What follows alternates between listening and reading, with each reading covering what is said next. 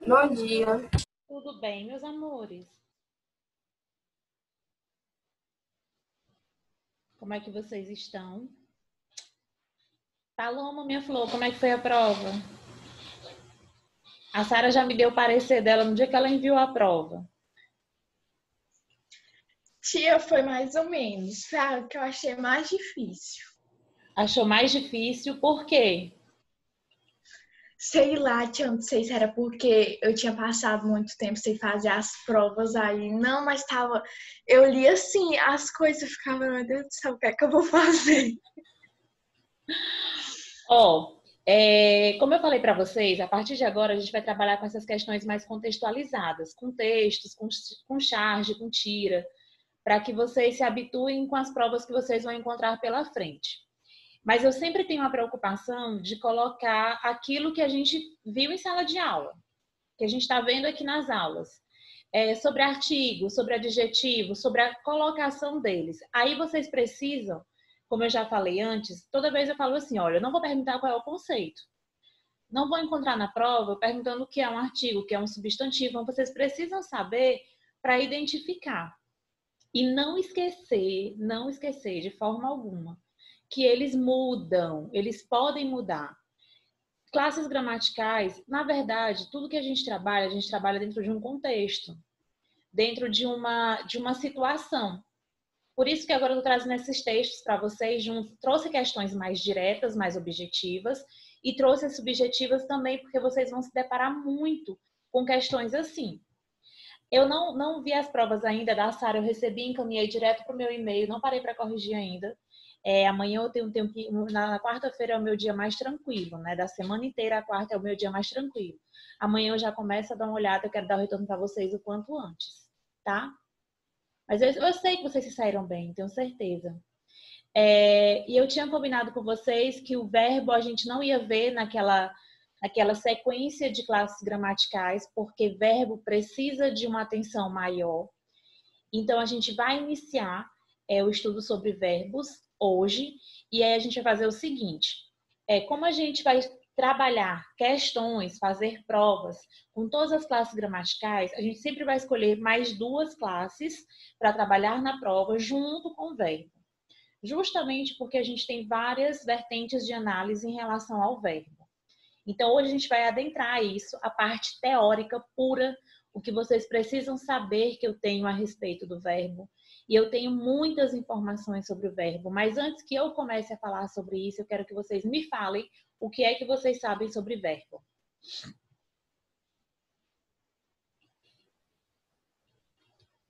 Deixa eu abrir aqui a prova, que eu coloquei lá um trechozinho em francês. Vocês conseguiram ler? Tia, você ia mangar tanto de mim se você tivesse visto eu lendo aquilo. Deixa eu encontrar aqui, pois eu quero que você faça essa pronúncia. Gente, é tão bonitinho, é tão assim fofinho. Eu sempre penso assim, na hora da prova, eu vou colocar. Quando eu estiver em sala, claro, né?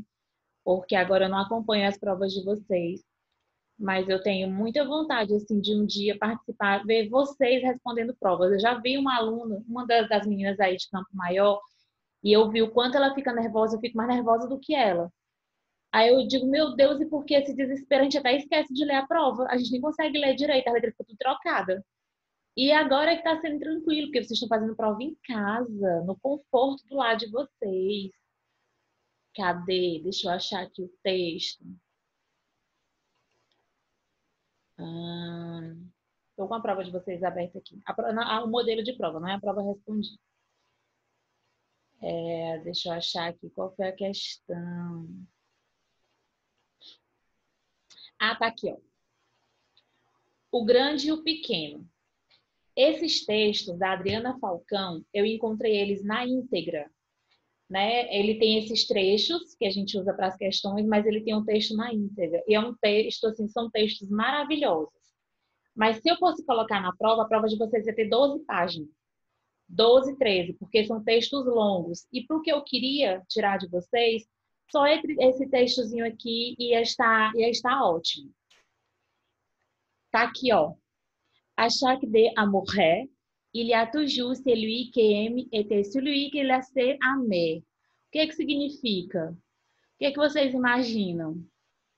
À chaque de amourer, il y a toujours celui qui aime et celui cela c'est amer.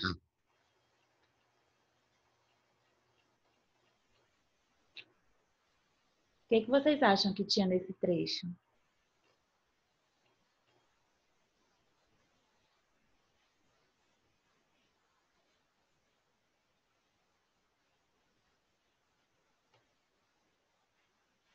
Coloquei lá, eu disse, dava tudo para ver esse menino lendo essa parte. Só para me dizer o que foi que eles entenderam. O grande e o pequeno, do textinho de vocês. Tá aqui a prova. Bem distribuidinho os pontos. Sarinhas, meio ponto já colocado lá. E também tem a avaliação de vocês em relação à apresentação, né, das classes gramaticais. Também vai valer, tá valendo nota. E vai ficar como um ponto extra. Tem a correção da prova e que eu faço análise sobre a apresentação de vocês e coloco também esse ponto extra para que vocês, para complementar a nota de vocês, tá? Então, vamos lá. Aqui a gente vai começar o nosso estudo sobre verbo. E antes que eu inicie, eu quero que vocês me digam o que é que vocês reconhecem sobre o verbo. Conceito, exemplificações.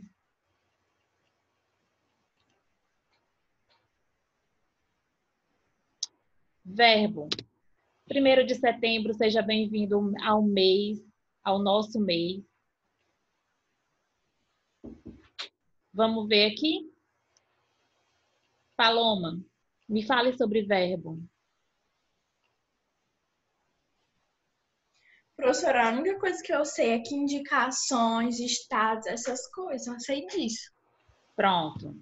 Sara, conceito de verbo. A mesma coisa que a Paloma. Paulo. Bom dia, Paulo.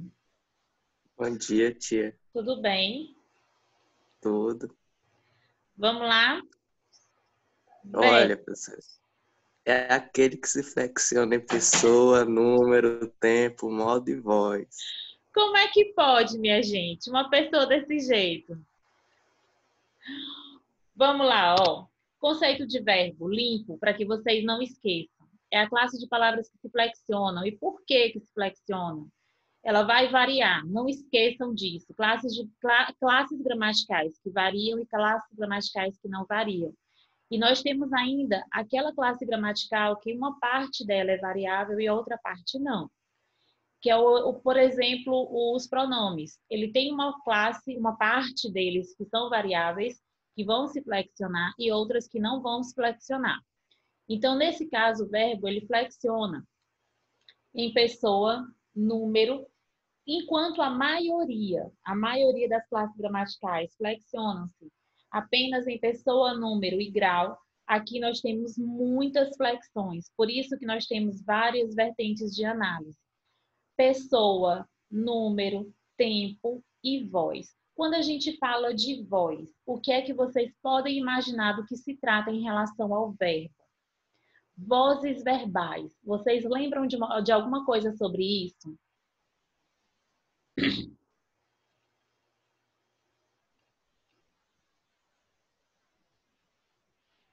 Pessoa, vocês vão lembrar em relação aos pronomes, tá?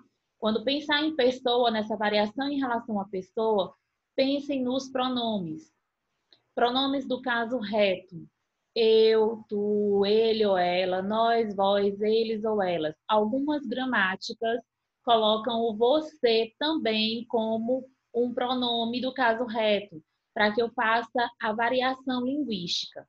Acontece que você é um pronome de tratamento, mas dentro de algumas circunstâncias eu posso encontrar ele sendo colocado como se fosse um pronome do caso reto. Estou falando isso aqui agora, a gente vai esmiuçar sim, mas é só para que vocês pensem. Em relação a número, a gente já viu em outras classes gramaticais. Ao que se refere? A variação em relação ao número.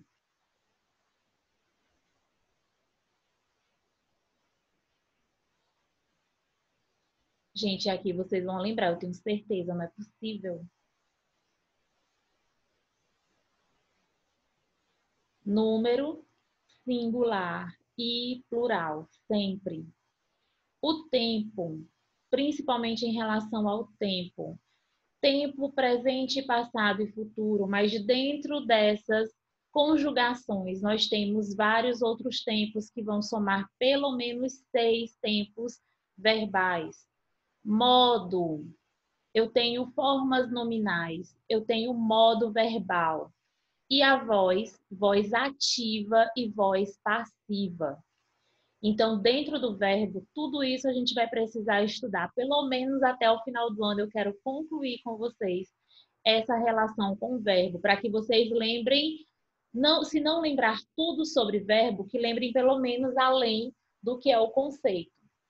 Então, aqui, ó, pode indicar, entre outros processos, ação, que aí você já tem isso na cabeça, a ação, o estado ou fenômeno meteorológico ou fenômeno natural, mas ele tem também ocorrência e desejo.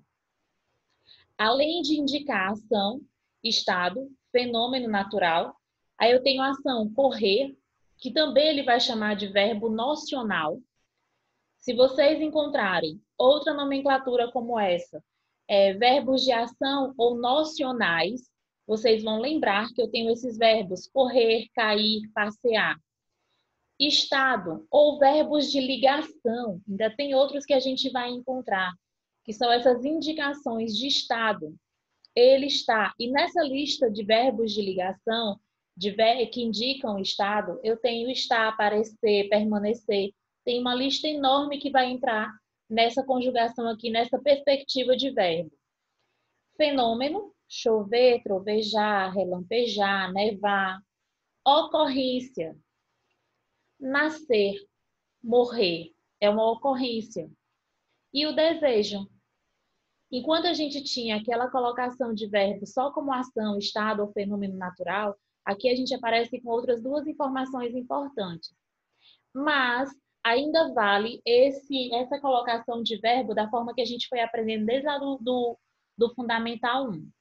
Tudo bem até aqui? Nós temos muita coisa em relação a verbo. Aí aqui eu abro mais um pouquinho. O que caracteriza o verbo são as suas flexões, que a gente viu que são enormes, são inúmeras. E não são os seus possíveis significados. E eu quero que vocês me expliquem esse primeiro trecho aqui. O que caracteriza o verbo são as suas flexões e não os seus possíveis significados. O que é que isso significa?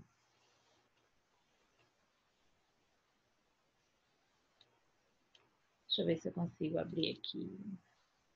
Pronto. Para que eu veja só vocês. Minha gente, só me tira uma dúvida aqui. O Pedro está assistindo a aula?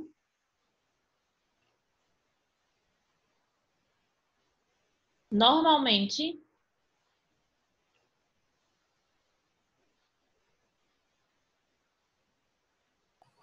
ele não assiste todas, pessoas. E o Caio? O Caio ontem não assistiu nenhuma. Tá certo. Paloma, eu vou falar uma coisa pessoal aqui, porque eu vi ontem, eu vi umas fotos da sua mãe no Instagram. Gente, tua mãe é muito nova. E tu e a tua irmã parece que é gêmea. Eu vou olhando, se eu não olhar bem pro rosto, eu penso que um é outro e a outra é a Paloma. É muito Todo nova. mundo diz isso, tia. Minha gente, Meu vocês Deus. são iguais. Qual é a diferença de idade? Eu não acho. Ela tem 18.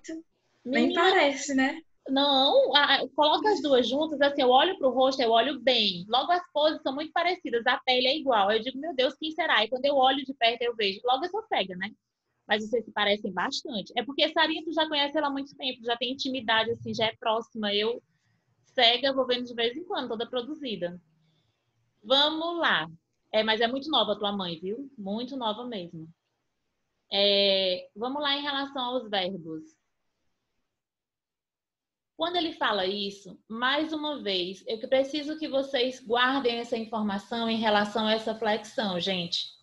Essa mudança de classe gramatical, essa mudança de posição.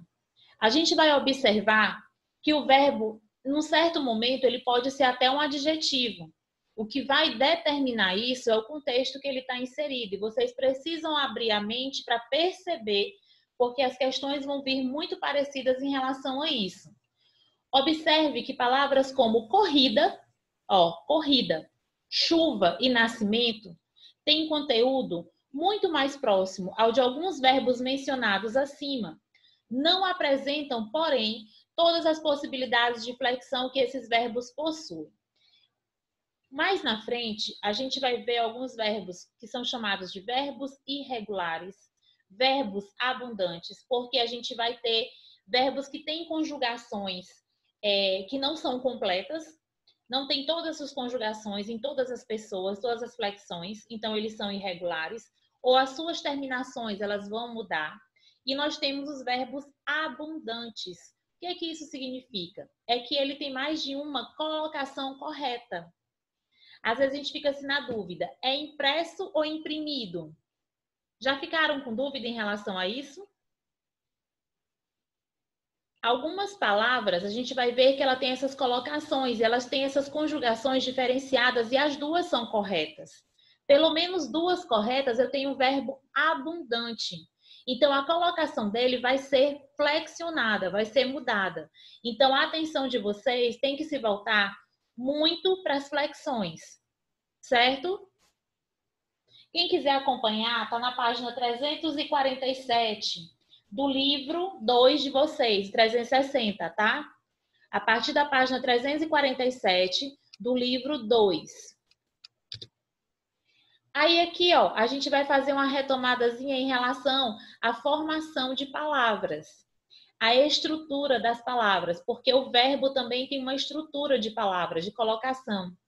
Aqui são estruturas das formas verbais. E a gente viu, quando viu a formação de palavras e estruturas, a gente viu essa inicialzinha aqui sobre o verbo. Do ponto de vista estrutural, uma forma verbal pode apresentar os seguintes elementos.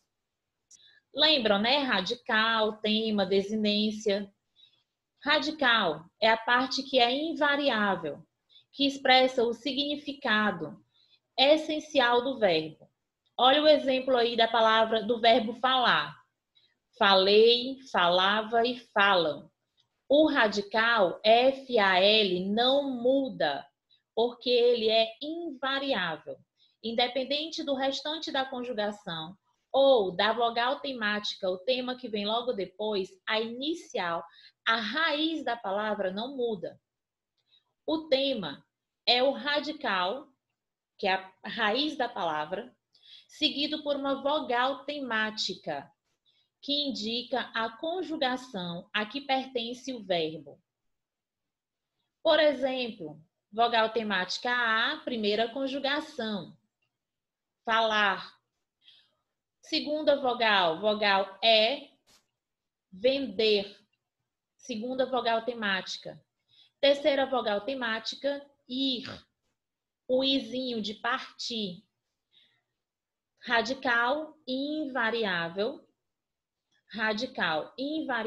raiz da palavra. Depois eu entro com um tema que vai formar a vogal temática. E as vogais temáticas, elas vão dar a ideia da conjugação.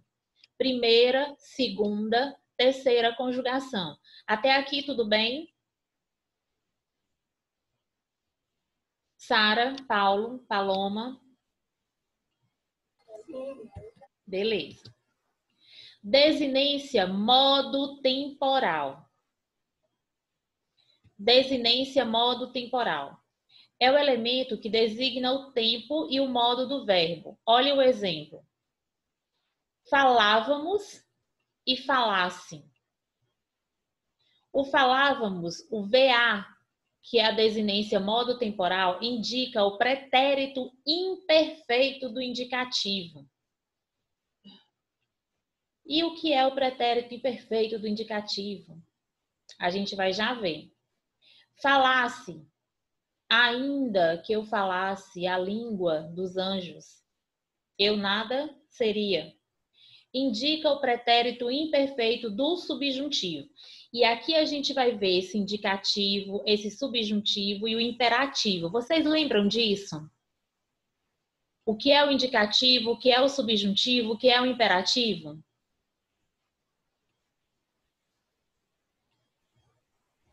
Sim ou não?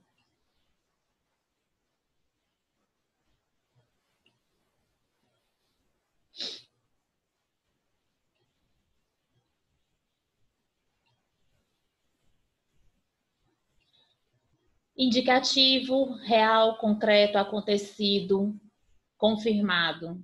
Subjuntivo é uma possibilidade, uma hipótese. Se eu fizer, se eu disser. Eu coloco esse se antes, mas vocês muitas vezes vão encontrar só essa desinência modo temporal. E aí vocês vão precisar lembrar que eu tenho esse modo subjuntivo, de hipótese, de possibilidade. E o imperativo? Imperativo pensem em ordem. O imperador manda. Imperativo, ordem, conselho ou pedido. Faça, diga, fale. Certo? No D, desinência número pessoal, modo temporal ou desinência número pessoal. Número pessoal, eu tenho tanto a relação com o singular e o plural, quanto a relação a pessoa. É o elemento que designa a pessoa do discurso, da fala, quem participa da comunicação. Eu, tu, ele ou ela, né? Nós, vós, eles ou elas. Pessoal, número, singular ou plural. Esse daqui todas as vezes que a gente trabalha com classe gramatical variável, a gente tem que pensar nesse número pessoal. Porque a classificação muda, a flexão muda. Olha o exemplo aqui, ó. Falamos. Quem? Indica a primeira pessoa do plural. O que é que isso significa? Antes desse verbo, qual é a pessoa que eu vou colocar aqui dos pronomes? Quem é que eu vou usar aqui antes do falamos? Se eu coloco falamos, quem falou?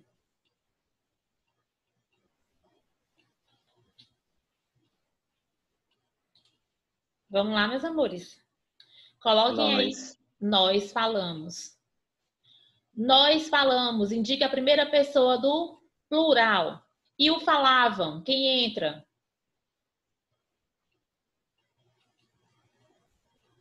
Eles ou elas. Eles ou elas. Eles falavam, elas falavam.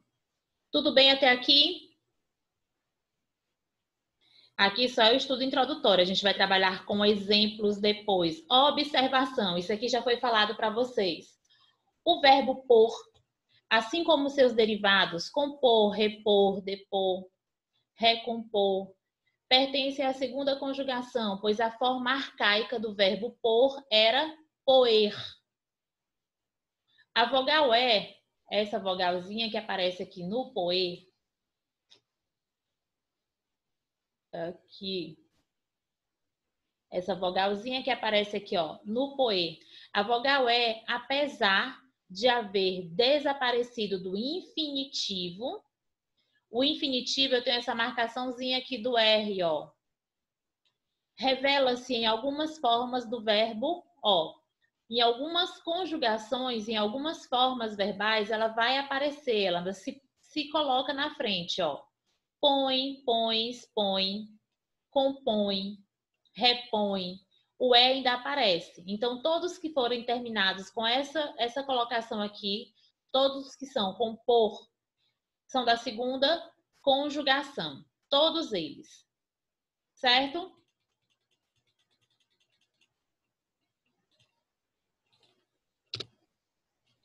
Já ouviram essas expressões aqui? Risotônicas e arrisotônicas?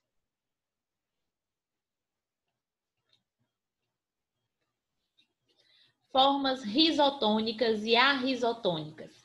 Aqui, vocês precisam só guardar a informação que está relacionada às sílabas tônicas. Então, eu tenho risotônicas, o acento tônico cai no radical, é a posição que eu tenho da sílaba tônica nessas palavras. Ao combinarmos os conhecimentos sobre a estrutura dos verbos com o conceito de acentuação tônica, percebemos com facilidade que nas formas risotônicas, o acento tônico cai no radical do verbo. E o que é o radical do verbo? O que é o radical do verbo? Na estrutura de formação do verbo que a gente acabou de ver, bem no iniciozinho dos nossos estudos. O que é o radical do verbo? É o que não varia. É o que não varia, a raiz da palavra. Então, eu tenho aqui, ó, opino, aprendam, nutro, por exemplo. Eu tenho a sílaba mais forte marcada na raiz dessa palavra. Enquanto nas arrisotônicas, o acento tônico não cai no radical, mas sim na terminação verbal, que vem lá depois, que vem a marcação de modo temporal ou número pessoal. Opinei, aprenderão. E aqui nessa marcação de futuro que eu tenho aqui, ó, é o que a gente vê muito erro na escrita em relação aos textos. Porque eu tenho essa forma do futuro e eu tenho a do indicativo, que colocam que eu teria que colocar com AM e eu encontro muito com AT e o O. E muda toda a conjugação. Eu já vi até um memezinho no Instagram que uma pessoa está convidando alguém para ir para casa dela e os pais já saíram e ela coloca eles sairão. E aí a pessoa, eles sairão quando? Ela, não, eles já saíram, mas ela coloca sairão.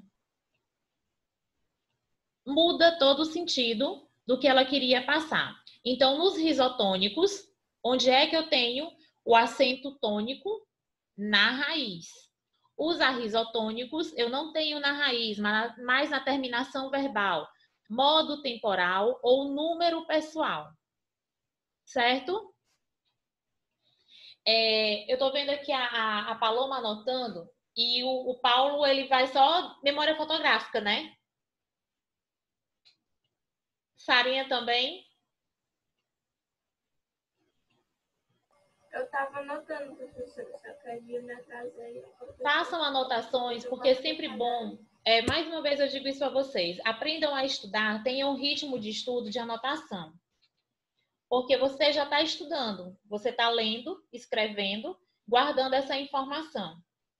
E como a gente vai ter algumas informações aqui que vocês ainda não viram, esse aqui de risotônicas e arrisotônicas, nem todas as gramáticas estão falando sobre isso. Por isso que eu trouxe essa informaçãozinha para vocês, porque embora no livro de vocês possa não aparecer, em outras questões vocês podem esbarrar com isso daqui. Mas já está guardada a informação que eu sei que vocês já sabem.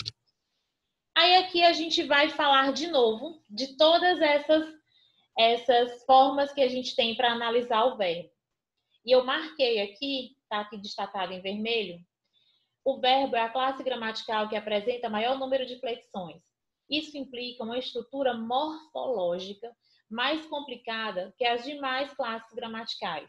Por isso que eu deixei ela por último, porque a gente tem muita coisa para trabalhar em relação ao verbo. E quando a gente fala de verbo, eu tenho uma preocupação maior em relação a isso, porque o verbo não é o verbo por si só. Quando eu trabalho análise sintática, quando eu vou falar sobre orações, eu tenho sempre um verbo na minha frente. Primeiro, quando eu vou olhar a estrutura da frase, se eu tenho oração, a primeira coisa importante que eu tenho que separar dessa oração é o verbo, sujeito, predicado, subordinação, coordenação. Tudo isso, o meu olhar é sempre para o verbo. Na estrutura,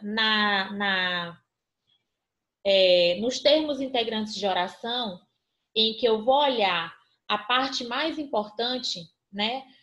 Eu sempre vou ter que ver um verbo. Eu posso até não ter um sujeito, porque eu tenho as orações que são sem sujeitos. Mas para que eu tenha uma oração, eu preciso obrigatoriamente ter um verbo. E a partir desse verbo, eu faço toda uma análise. Transitividade verbal, voz ativa, voz passiva. Tudo isso a partir do verbo. Aí aqui ele diz assim, ó. Pessoa, isso aqui a gente já sabe, primeira, segunda e terceira, singular e plural, que é o número pessoal. Modo temporal, o modo indicativo, subjuntivo e imperativo. O tempo, presente e pretérito, que anteriormente a gente chamava de passado e futuro. E as vozes do verbo, voz ativa, passiva e reflexiva. O que é que vocês sabem sobre voz ativa, passiva e reflexiva? O que é a voz ativa, o que é a voz passiva e o que é a voz reflexiva. E dentro dessa reflexiva, eu também tenho a de reciprocidade. Já ouviram falar sobre isso?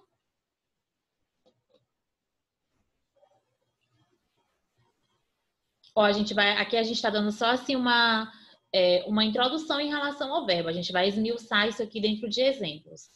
Mas eu quero saber o que vocês sabem, o que vocês já ouviram falar em voz ativa, passiva e reflexiva. Paulo, sem olhar no livro. Diga-me o que você já ouviu falar sobre voz ativa, passiva e reflexiva.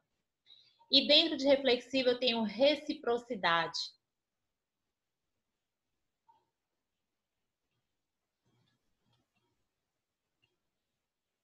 Quando terminar o estudo sobre o verbo, vocês ou vão gostar um pouquinho mais de mim ou vão me odiar pro resto da vida.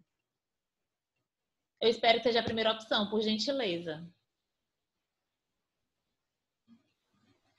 Ativa. Quem realiza. Quem realiza a ação. Passiva. Quem sofre a ação. Reflexiva, eu tenho simultaneidade, assim como a reciprocidade. Quando eu digo assim, ó, eles abraçaram-se, elas beijaram-se. Quando eu falo sobre isso, quem realiza, pratica também. Quem pratica também recebe a ação. Por isso que é reflexiva. Ou, quando eu digo assim, ó, ela cortou-se com a faca.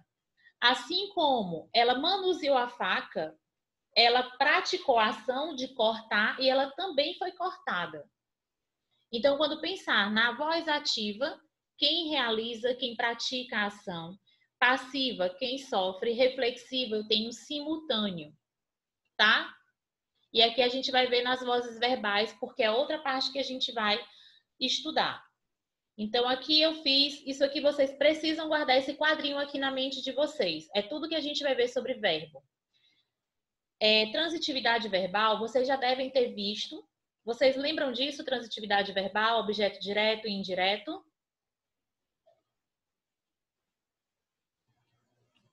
Sim ou não? Transitividade verbal. Quando eu vou falar sobre transitividade verbal, eu lembro de um professor que eu tive, não na universidade, mas no preparatório de concurso, que ele deu um exemplo assim magnífico para a gente em relação à transitividade verbal. Mas eu nunca cheguei numa turma que eu pudesse trabalhar falando da mesma forma que ele fala. Eu tenho certeza que se eu colocasse o exemplo da forma que ele colocou para a gente, vocês nunca mais esqueceriam. Porém, eu seria demitida. Então, eu não posso dar o exemplo. Mas, assim, no dia que ele falou isso, que ele deu esse exemplo sobre transitividade verbal, eu nunca mais esqueci. E eu tenho certeza que vocês jamais esqueceriam. E eu também não, porque eu seria demitida sumariamente. Tenho certeza disso. Se eu tiver algum dia a oportunidade de encontrar com vocês, se vocês forem maiores de idade, fora da escola, aí eu vou falar para vocês, aí vocês, eu nunca aprendi transitividade verbal, me fala. Aí eu falaria e vocês aprenderiam e eu não seria demitida, que já estaria em outra situação. Mas guardem esse quadrinho aqui e pensem em relação à transitividade verbal, porque também... Tia, fale para minha mãe depois ela me explica direitinho. Deus me livre, direto para a mãe. Meu filho, você me odeia. Não, é que eu já entendo. Se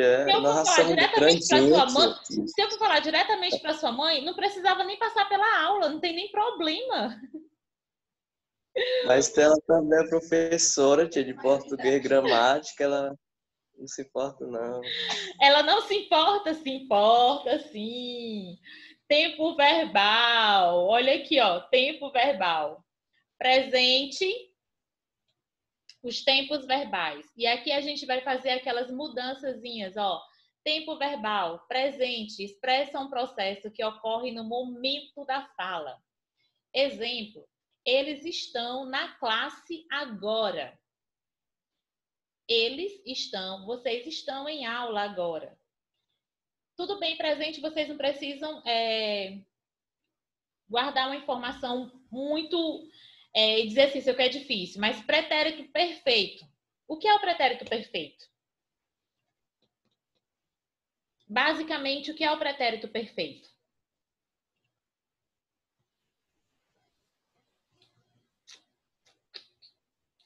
Expressa um processo anterior ao momento do discurso. Nada mais é do que algo completo, que aconteceu e está concluído.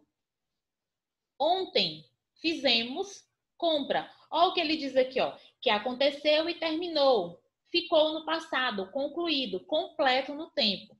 Pretérito perfeito, concluído no passado.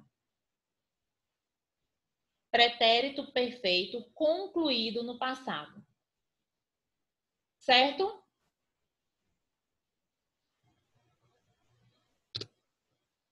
Pretérito imperfeito. Pretérito imperfeito. Expressa um processo. Deixa só, a gente tem 2 minutinhos de aula. A atividade para que vocês respondam, página 364. Eu vou tentar, porque assim, eu faço a aula e eu vou vendo o andamento da aula para depois eu colocar a agenda. Só que agora eu não estou mais conseguindo fazer a edição. Mas eu vou colocar aqui, página 363 e 364, questões de 1 a 5.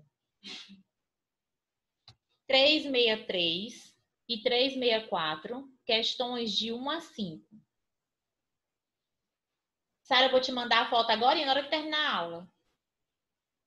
Viu? Na hora que terminar eu mando para você. 363 e 364, questões de 1 a 5, livro 2. Pretérito imperfeito. Expressa um processo anterior ao momento do discurso. E esse momento do discurso é o momento da fala, que pode ser um hábito passado ou um fato interrompido. Olha o exemplo. Sempre íamos ao cinema naquele tempo. Isso indica um hábito. Sempre íamos ao clube. Sempre comíamos hambúrguer.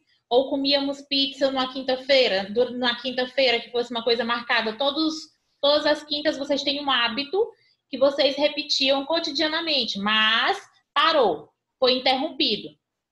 Faziam isso, não estão fazendo nesse momento. Vovó fazia doces deliciosos quando acabou o gás. Aqui eu tenho fato interrompido, pretérito imperfeito. Eu tenho um processo anterior, mas não concluído. Certo? Pretérito imperfeito, não concluído. Já o pretérito mais que perfeito expressa um processo anterior a outro processo também no passado. Parem aqui no terceiro. O quarto a gente vai ver na aula de quinta-feira. Aí a gente começa com as atividades, certo? Atividade, verbo. Beijo. Obrigada pela participação de vocês. Cheirinho e até quinta-feira, tá? Tchau. Tchau, meu amor.